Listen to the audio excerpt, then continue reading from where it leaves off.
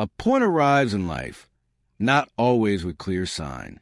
It often emerges after nights without sleep, broken plans, and repeated attempts to mend what simply will not yield. You've been doing more, haven't you? Hustling, grinding, meditating, journaling, manifesting, praying, and planning. Yet, nothing seems to advance. You might gaze at the sky and softly question, "Why isn't this working?" The answer is surrender. Here is the stark, yet freeing truth. You've been trying to force alignment with a clenched fist. The universe, however, does not respond to fists. It responds to surrender. Carl Jung once remarked, "What you resist not only persists, but grows in size." So, while you've been consciously affirming your future, deep within, your energy has been conveying, "I don't possess it. I'm not enough. I'm afraid." And crucially, the world attends to your energy, not your words. This is why your efforts do not yield results. It's not because you are lazy or broken, but because you are trapped in survival mode, attempting to command what was never yours to control. You do not attract what you desire. You attract what you are. When your entire identity is built upon chasing, fixing, and solving, your life becomes a reflection of the very emptiness you are trying to escape. So, what if I told you this? The most powerful action you can take right now is to stop. Stop grasping. Stop pushing. Stop proving. Not from fear, but from faith. Not from weakness, but from wisdom. Because when the doing ceases, the becoming begins. When the noise subsides, the unconscious awakens. And when you finally stop interfering, the psyche begins to heal, the shadow starts to integrate, and reality begins aligning on its own. This is not the end of your effort. This is the beginning of your surrender. Not giving up, but giving into something deeper, something timeless. Let go and observe what happens. Let's begin Chapter 1. Stop chasing. Stop chasing. You are obstructing your own path. We have been led to believe a falsehood. That success comes from chasing. That happiness is a result of relentless pursuit. That if you simply run faster, push harder, and keep grinding, eventually what you want will fall into your hands. Yet, Carl Jung did not instruct us to chase dreams. He taught us to turn inward, to inquire, why am I pursuing this in the first place? Because sometimes the object you are chasing is not the genuine desire. It is a temporary solution for a deeper wound. When you crave love so intensely that it consumes your thoughts, is it truly about love, or is it about the fear of being abandoned again? When you obsess over wealth, is it truly about money, or are you still attempting to prove your worth to the people who once made you feel insignificant? Jung's brilliance was not in motivation. It was in confrontation. He stated, "Until you make the unconscious conscious, it will direct your life and you will call it fate." This signifies that if you do not bring your wounds into light, they will control your desires, and you will not even realize it. So you continue running toward things, believing they will complete you. But life does not give you what you want. It gives you what you are. And if what you are is wounded, desperate, fragmented, then every goal you chase will slip through your fingers, because the energy behind your effort is declaring, "I am not whole. I am not worthy. I need this to feel enough." And the universe always reflects your vibration. You say, "Please give me love." You are not whole, but your energy communicates, "I don't have it." So it echoes back, "You're right." This is why people burn out chasing relationships that never succeed, careers that deplete them, and validation that fades. Not because the goal is incorrect, but because the self behind the goal is bleeding. The obsession is never about the external thing. It is about what you believe that thing will mend within you. And here's the uncomfortable truth. If you acquire what you desired right now, you wouldn't even be able to hold it because your hands are still trembling with old pain. Jung was not here to help you manifest from ego. He was here to help you integrate your soul, to stop chasing and start confronting the part of you that has been quietly crying out, "I'm not chasing success, I'm chasing wholeness." So, here is your turning point. Before you ask the universe for more, ask yourself what part of you still feels empty, because once you heal that, you will stop chasing what was never yours and start attracting what was always meant for you. This is not about abandoning your aspirations. It's about purifying your motivations. It's about evolving into the type of individual who no longer needs, because they have already achieved wholeness. Only then will the universe cease its testing and begin to trust you. Let's delve deeper into Chapter 2. The unconscious is always listening. Most people awaken each day believing they are being challenged by life, that the universe is presenting obstacles to gauge their strength. But the truth is far more profound and personal. You are not being tested. You are being mirrored. Life does not respond to what you want. It responds to what you are, not your affirmations, not your social media posts about healing, but your unconscious identity, the silent belief system pulsating beneath every decision you make. Carl Jung comprehended this with stark clarity. He declared, "Your vision will become clear only when you look into your heart. Who looks outside dreams. Who looks inside awakens." The translation is clear. Stop seeking signs in the sky. Begin interpreting the ones within your soul. The brutal reality. Because here's the brutal reality. If your unconscious mind is filled with doubt, fear, trauma, and unworthiness, you can inscribe affirmations in gold ink on your ceiling. You can repeat, "I'm enough," until your voice is hoarse, and it still wouldn't resonate. Deep down, you simply do not believe it. You cannot deceive the unconscious. It perceives everything, remembers everything, and controls the entire operation, even when you believe you are in command. Let's be honest for a moment. That constriction in your chest when you visualize your future, that anxiety when you contemplate how everything will come together, that's not intuition. That's your unconscious screaming. You don't truly believe this is possible, do you? And so, life reflects that. It delays the blessing, not out of cruelty, but because your energy communicates, "I'm not prepared to receive." So what do? We stop pleading. We stop obsessing. We stop layering more positivity on top of internal turmoil, because true power is not found in increased effort. It is found in presence, in slowing down sufficiently to hear the whispers of your own psyche. When you encounter doubt, do not flee from it. When fear appears, do not bury it under another motivational podcast. Sit with it. Decipher it. Because every fear is a message. Every hesitation is a signal. Your unconscious is constantly communicating. The question is, are you courageous enough to listen? Detachment isn't giving up. And here's the unexpected twist. When you finally do nothing, when you stop interfering, when you stop attempting to force divine timing with human impatience, that's when the shift begins. That's when your energy aligns. That's when the unconscious ceases its resistance. And that's when the universe declares, "Now you're ready." You are not here to chase alignment. You are here to become it. And becoming commences in stillness. Chapter 3. Detachment isn't giving up. It's awakening. Let go, not as an act of defeat, not because you have abandoned the outcome, but because you have finally awakened to the truth. I was never meant to control the world. I was meant to understand myself within it. Detachment is not about apathy. It's not about pretending nothing matters. It's about reclaiming your energy from places it never rightfully belonged in the first place. It's the quiet confidence that states, "I've done what I could, now I surrender what I cannot." Carl Jung recognized that true transformation does not occur in obsession. It occurs in surrender, not passive resignation, but deep inner alignment. You cannot feign detachment. You cannot scroll through social media proclaiming, "I don't care anymore," while secretly checking your phone every 5 minutes for their name for a sign for a shift.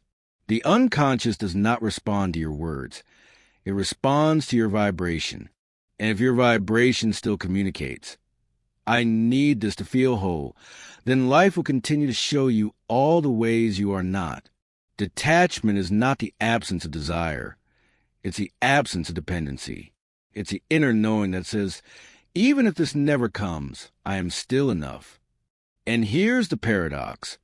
When your energy finally aligns with that truth, that's when everything begins to flow, not because you forced it, but because you are no longer resisting it. Life bends for those who are already whole, not those begging to be completed. Life bends so if you are in pain right now, if you're caught in that invisible web of waiting, obsessing, and hoping, pause. Not to distract yourself, but to ask, what part of me still believes that this one thing will fix everything?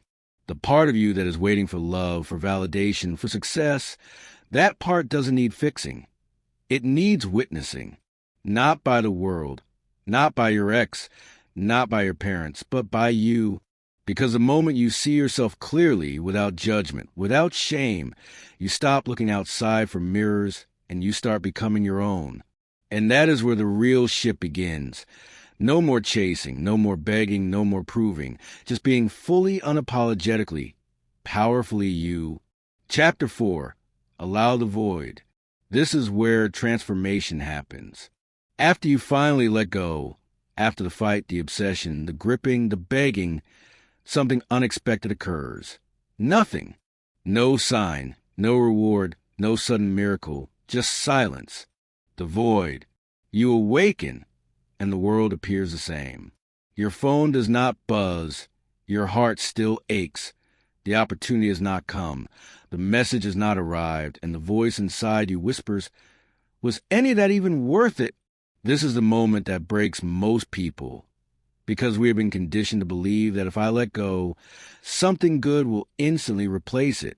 But the universe does not move on your timeline. It moves in energetic alignment. And before it grants you what you ask for, it checks to see who you have become without it. So here you are in the void, a space that feels like nothing but holds everything. This is the in-between, the space where your old self has died, but your new self has not yet been born.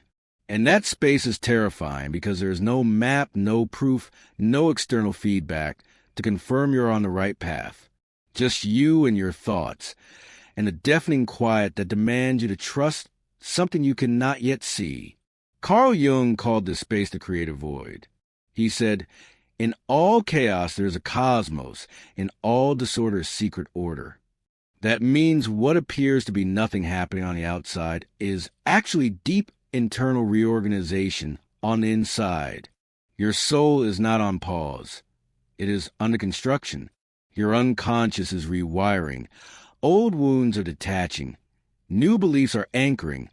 Your nervous system is adapting to receive the thing you used to plead for. But here's the trap. Because you cannot see it happening, your ego tells you that this isn't working. And if you believe that lie, you will self-sabotage. You will start chasing again, and you will block everything that was quietly forming behind the scenes. The void is not a punishment. It is a purification. It strips away everything you were depending on, external validation, the illusion of control, the addiction to outcomes, until the only thing left is your truth.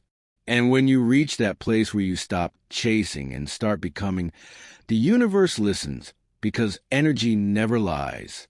You can post vision boards, recite affirmations, and chant mantras all day long. But if your energy still says, I'm scared it won't happen, then life mirrors that. The void is the moment where you are asked to embody the outcome before it arrives. Can you feel wealthy before the money hits your bank account? Can you feel loved before the relationship manifests? Can you feel free before anything changes on the outside? Because if you can, you collapse time. You transform waiting into becoming. You transform stillness into magnetism. You become the vibration of your desire. And life has no choice but to meet you there. But first, you must pass the test. The silence, the unknown, the terrifying gap where you feel like you're doing nothing, but in truth, you are becoming everything. So if you are in that void right now, hold your ground. Don't move. Don't fix. Don't panic. Breathe, align, and listen. Because once you master the sacred stillness, once you stop needing proof and start becoming present, life gets loud again, but this time it sings your song. Chapter 5. Integrate, don't obsess. Every desire you feel isn't random. It's not a punishment. It's not the universe teasing you or dangling something just out of reach. It's a mirror, a message, a spiritual assignment. Carl Jung understood this profoundly. He taught that every desire is a signal from the unconscious, not to chase something external, but to awaken something internal. You don't want money just to be rich. You want to feel safe. You don't want a relationship just to be loved. You want to feel seen. You don't want success just for applause. You want to finally believe that you are enough. The desire is not the problem. The unconscious attachment underneath it is. And this is where most people get stuck. They obsess. They mistake their yearning for action. They check their phone 20 times a day. They reread old conversations. They overanalyze every delay, every silence, every little shift in energy, and they call it manifestation. But Carl Jung's work, especially the process of individuation, taught us something different. The goal isn't to become perfect, it's to become whole. Wholeness. And wholeness doesn't come from obsessing over what you lack. It comes from integrating what you've disowned. Your light, your shadow, your power, your insecurity, your deepest truth, even the parts you've been ashamed to look at. Because when you finally hold both your strength and your struggle, you stop needing life to fill you. You become full on your own. Let this truly sink in. You don't attract what you obsess over. You attract what you made peace with. So, the next time you feel the urge to chase, pause. Not out of laziness, but out of mastery. Take a breath. Close your eyes and ask, what part of me still believes that this one thing will fix everything? The part of you that's waiting for love, for validation, for success, that part doesn't need fixing. It needs witnessing. Not by the world, not by your ex, not by your parents, but by you. Because the moment you see yourself clearly, without judgment, without shame, you stop looking outside for mirrors and you start becoming your own. And that is where the real shift begins. No more chasing, no more begging, no more proving, just being fully, unapologetically, powerfully you. Chapter 4. Allow the void. This is where transformation happens. After you finally let go, after the fight, the obsession, the gripping, the begging, something unexpected occurs. Nothing. No sign, no reward, no sudden miracle, just silence. The void. You wake up and the world looks the same. Your phone doesn't buzz. Your heart still aches. The opportunity hasn't come. The message hasn't arrived. And the voice inside you whispers, was any of that even worth it? This is the moment that breaks most people. Because we've been conditioned to believe if I let go, something good will instantly replace it. But the universe doesn't move on your timeline. It moves in energetic alignment. And before it gives you what you ask for, it checks to see who you become without it. So here you are in the void, a space that feels like nothing but holds everything. This is the in-between, the space where your old self has died, but your new self hasn't been born yet. And that space is terrifying because there's no map, no proof, no external feedback to say you're on the right path. Just you and your thoughts and the deafening quiet that demands you to trust something you can't yet see. Carl Jung called this space the creative void. He said, in all chaos there is a cosmos, in all disorder a secret order. That means what looks like nothing happening on the outside is actually deep internal reorganization on the inside. Your soul is not on pause. It's under construction. Your unconscious is rewiring. Old wounds are detaching. New beliefs are anchoring. Your nervous system is adapting to receive the thing you used to beg for. But here's the trap. Because you can't see it happening, your ego tells you that this isn't working. And if you believe that lie, you'll self-sabotage. You'll start chasing again, and you'll block everything that was quietly forming behind the scenes. The void is not a punishment. It's a purification. It strips away everything you were depending on, the external validation, the illusion of control, the addiction to outcomes, until the only thing left is your truth. And when you reach that place where you stop chasing and start becoming, the universe listens, because energy never lies. You can post vision boards, recite affirmations, and chant mantras all day long. But if your energy still says, "I'm scared it won't happen," then life mirrors that. The void is the moment where you're asked to embody the outcome before it arrives. Can you feel wealthy before the money hits your bank account? Can you feel love before the relationship manifests? Can you feel free before anything changes on the outside? Because if you can, you collapse time. You turn waiting into becoming. You turn stillness into magnetism. You become the vibration of your desire, and life has no choice but to meet you there. But first, you must pass a test. The silence, the unknown, the terrifying gap where you feel like you're doing nothing but in truth, you're becoming everything. So, if you're in that void right now, hold your ground. Don't move. Don't fix. Don't panic. Breathe, align, and listen. Integration. Because once you master the sacred stillness, once you stop needing proof and start becoming presence, life gets loud again. But this time it sings your song. Chapter 5. Integrate, don't obsess. Every desire you feel isn't random. It's not a punishment. It's not the universe teasing you or dangling something just out of reach. It's a mirror, a message, a spiritual assignment. Carl Jung understood this deeply. He taught that every desire is a signal from the unconscious, not to chase something out there, but to awaken something in here. You don't want money just to be rich. You want to feel safe. You don't want a relationship just to be loved. You want to feel seen. You don't want success just for applause. You want to finally believe that you're enough. The desire is not the problem. The unconscious attachment underneath it is. And this is where most people get stuck. They obsess. They mistake their yearning for action. They check their phone 20 times a day. They reread old conversations. They overanalyze every delay, every silence, every little shift in energy, and they call it manifestation. But Carl Jung's work, especially the process of individuation, taught us something different. The goal isn't to become perfect. It's to become whole. Wholeness. And wholeness doesn't come from obsessing over what you lack. It comes from integrating what you've disowned.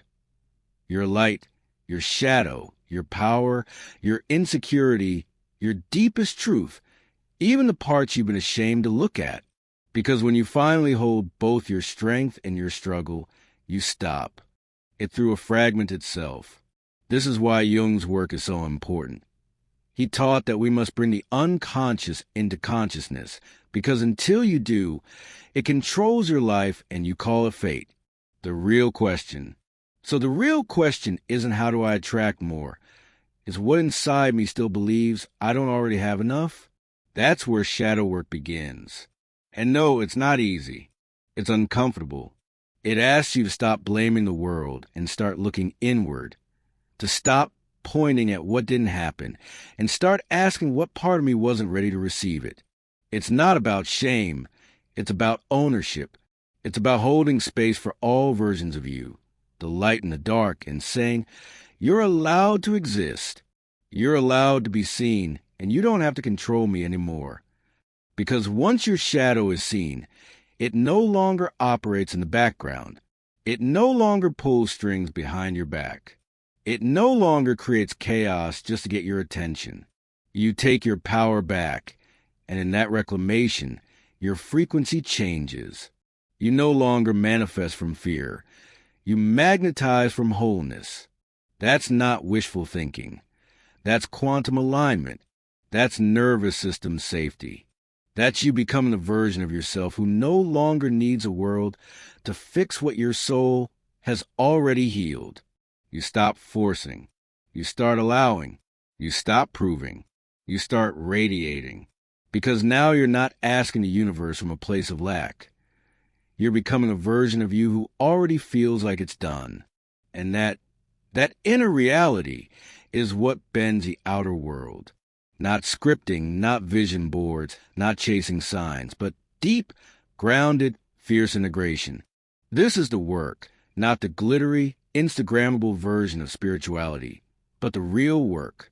The real work. The work that makes you look in the mirror and say, I've been trying to manifest my future without making peace with my past.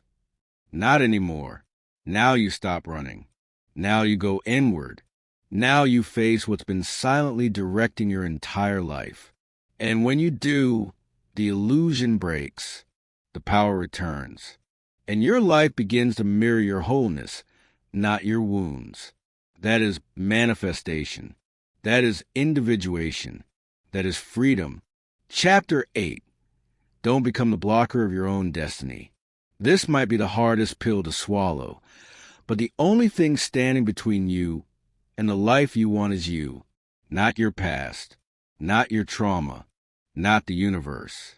You, Carl Jung, the father of analytical psychology, the man who saw deeper into human soul than almost anyone, said something chillingly true. The most terrifying thing is to accept oneself completely. Accept yourself. Terrifying, yes, because real self-acceptance requires confronting the parts of yourself you spend your whole life avoiding. The guilt, the shame, the regret, the fear that maybe, just maybe, you're not good enough. So instead of going inward, you chase the external. You look for someone to tell you you're worthy. You hustle for love. You grind for success. You manifest not out of belief, but out of desperation to escape yourself. But here's the brutal truth. Anything you chase to avoid yourself will become the thing that avoids you. You think you're just trying to make your dream life happen. But in reality, you're using that dream to avoid sitting in the silence of who you currently are. And the universe, it's not punishing you. It's protecting you. Because it knows if you received everything you wanted right now, you wouldn't be able to hold it. Because part of you still doesn't feel worthy of it. And here's the deeper truth Jung pointed to. When you don't accept yourself fully, you become fragmented. Your conscious self says, I want more, the deeper truth. But your unconscious self says, I'm not ready. And so your energy becomes a contradiction, a tug of war between desire and disbelief, a magnetic field that pushes away what it pretends to attract. You become the blocker of your own destiny. Not because you're weak, but because you're still operating from an outdated version of yourself, a version built in survival, a version shaped by wounds, a version that was taught to earn love, not receive it. And the tragedy, most people live their whole lives chasing outcomes when what they really need is to change their identity. You don't need to do more. You need to become the version of yourself that doesn't need to chase, the version that already feels what you're trying to manifest, the version that already believes, I am worthy, I am ready, I am enough. Because here's the universal law no one talks about. You don't receive what you want, you receive what you are. If you feel unworthy deep down, even if you say all the right affirmations, you'll unconsciously sabotage every opportunity, every relationship, every blessing. Why? Because your energy doesn't match your intention. So if things aren't moving right now, if you feel stuck, it's not because the universe is ignoring you. It's because your internal frequency is saying, I still don't believe I deserve this. And the universe, it's simply reflecting that truth back to you again and again, not to punish you, but to wake you up. So stop blaming the world. Stop calling it bad luck. Stop asking why nothing ever works out. And start asking what part of me still believes I have to suffer before I receive. Because the moment you stop chasing outcomes and start evolving your self-concept, that's when everything starts to shift, not instantly, not magically, but organically from the inside out, the way real transformation always does. So hear this. You are not stuck. You are not cursed. You are simply being asked to rise, to grow into the version of yourself that can hold what you've been asking for, not just for a moment, but for a lifetime. And when that inner shift happens, you won't need a forced manifestation. You'll become it. That's not magic. That's alignment. That's individuation. That's the power of finally and fully accepting yourself. Final chapter. You're not manifesting. You're remembering. Let's conclude this journey with the deepest truth Carl Jung ever whispered between his teachings. A truth so powerful. A truth so powerful it doesn't just change your mindset. It restores your identity. You're not manifesting. You're remembering. All this time, you thought you were building a new life. You thought you were attracting something outside of you, a dream partner, success, peace, abundance. You were doing the work, the affirmations, the visualizations, the shadow work, the healing, trying so hard to bring something into existence. But what if the real work wasn't about bringing it in, but uncovering what's always been there? Carl Jung's genius wasn't in helping people achieve more. It was in showing people that they were never missing anything to begin with, that all the pieces they were chasing were actually fragments of themselves they'd abandoned along the way. Let this land deeply. The version of you that is the love you crave already exists. It's not a future version. It's your original blueprint. But somewhere along the road, the noise got loud. The world convinced you that you had to chase the matter. You had to earn your worth. You had to perform for love. You had to sacrifice your truth to be accepted. So you forgot your wholeness, forgot your divinity, forgot your natural alignment. You didn't lose your power. You just lost your connection to it. And now, as you walk the path of healing, growth, and self-discovery, you're not building something new. You're not starting from scratch. You're simply removing what's not you.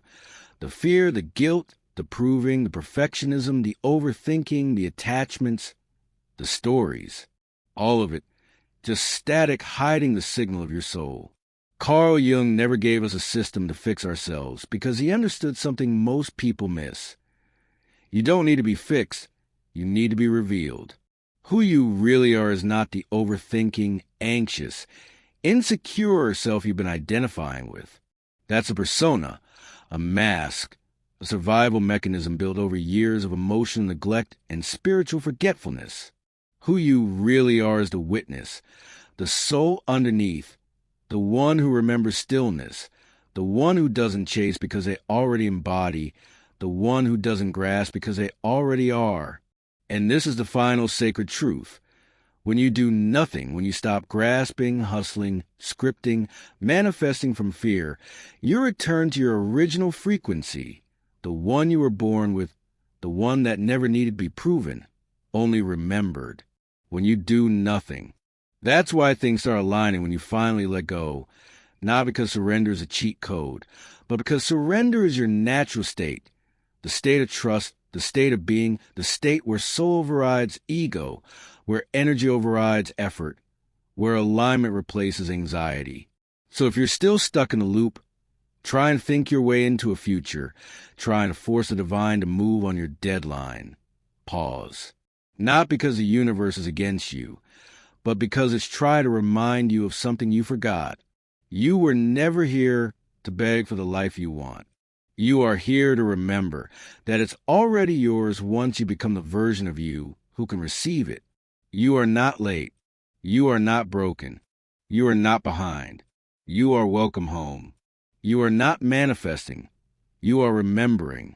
And now you've remembered enough.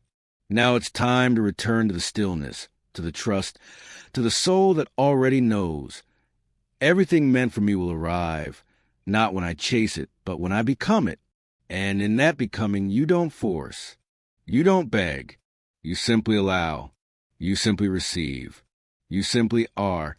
Welcome home. If even one line in this video cracks something open inside you, don't scroll past it. Don't let this moment dissolve into your feed like every other piece of content you half watch and forget.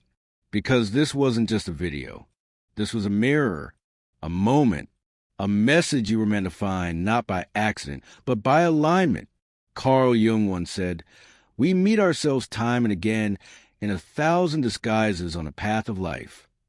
Maybe this video was one of those disguises, a reflection, a nudge, a spiritual checkpoint reminding you you're not here to chase the world. You're here to return to yourself. So if you felt that shift, even for a second, comment below. I let go. I align. I receive. Not for attention. Not for likes.